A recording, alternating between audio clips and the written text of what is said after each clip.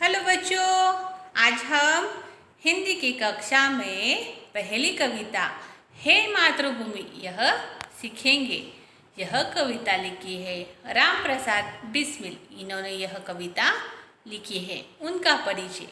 राम प्रसाद बिस्मिल भारत के महान स्वतंत्रता सेनानी ही नहीं बल्कि उच्च कोटि के कवि, अनुवादक, बहुभाषाविद व साहित्यकार भी थे। अपने देश की आज़ादी के लिए अपने प्राणों की आहुति दे दी। सरफरोशी की तमन्ना आपकी प्रसिद्ध रचना है। बिस्मिल उपनाम के अतिरिक्त आप राम और अज्ञात के नाम से भी लेख व कविताएं लिखते थे। प्रमुख कृतियाँ मन की लहर, आत्मकथा आदि।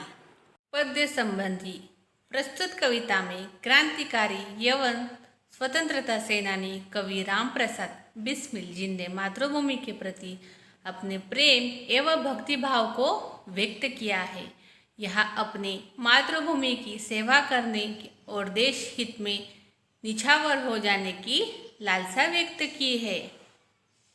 कल्पना पल्लवन। मातृभूमि की सेवा में जीवन अर्पण करना प्रत्येक मनुष्य का कर्तव्य है। इस कथन पर अपने विचार लिखे हैं। तो चलो आज हम यह कविता सीखेंगे। हे मातृभूमि तेरे चरणों में शीश नवाऊं, मैं भक्ति भेंट अपनी तेरी शरण में लाऊं। माथे पे तू हो चंदन, छाती पे तू हो माला, जिह्वा पे गीत तू हो मेरा, तेरा ही नाम गाऊं। जिसे संपुट उपजे श्री राम कृष्ण जैसे, उस धूल को मैं तेरी निज शीश पे चढ़ाऊं।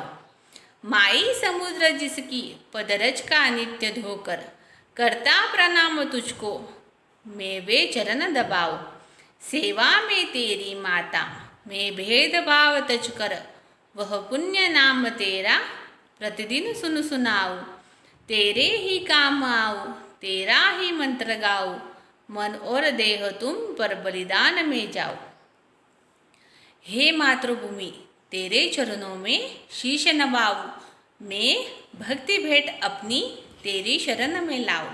प्रस्तुत पंक्तियों में कवि अपना प्रेम व्यक्त करते हुए कहते हैं कि मातृभूमि मैं तेरे चरणों में अपना मस्तक झुकाता हूँ, मैं अपनी भक्ति की भेंट आपको अर्पित करता हूँ।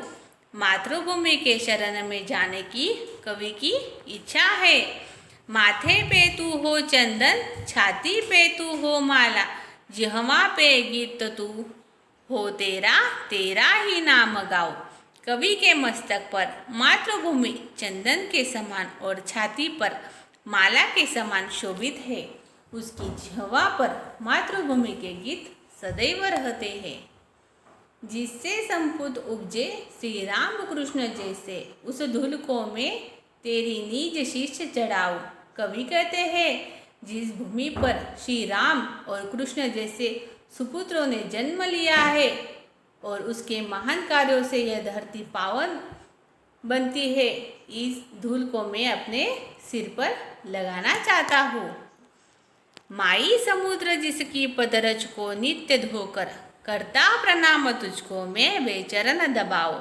कवि कहते हैं जिसके चरण को छूकर सागर प्रणाम करता है, उन चरणों को दबाकर कवि मातृभूमि की सेवा करना चाहते हैं। सेवा में तेरी माता मैं भेदभाव तज कर, वह पुण्य नाम तेरा प्रतिदिन सुनु सुनाऊं। कवि सारे भेदभाव मिटाकर मातृभूमि की सेवा करना चाहता है। कवि की जिह्वा मातृभूमि की पवित्र नाम रहे और कानों में मातृभूमि का ही नाम सुनाई दे। तेरे ही काम आऊं, तेरा ही मंत्र गाऊं, मन और देह तुम पर बलिदान में जाओ। कवि का जीवन मातृभूमि के काम आए, उनकी यही लालसा है कि उनका तन मन मातृभूमि पर न्योछावर हो जाए। तो कविता में हमको क्या सीख मिली? तो मातृभूमि स्वर्ग से भी महान है, उनकी सेवा करना मनुष्य का कर्तव्य है। मातृभूमि के प्रति प्रत्येक व्यक्ति के मन में प्रेम और भक्तिभाव होना चाहिए। मनुष्य को अपना सर्वस्व अर्पण कर देश हित के लिए सदैव तत्पर रहना चाहिए। यह आज हमको कविता से सीख मिली। तो बच्चों, आपको यह कविता समझ में आई होगी। Bye bye.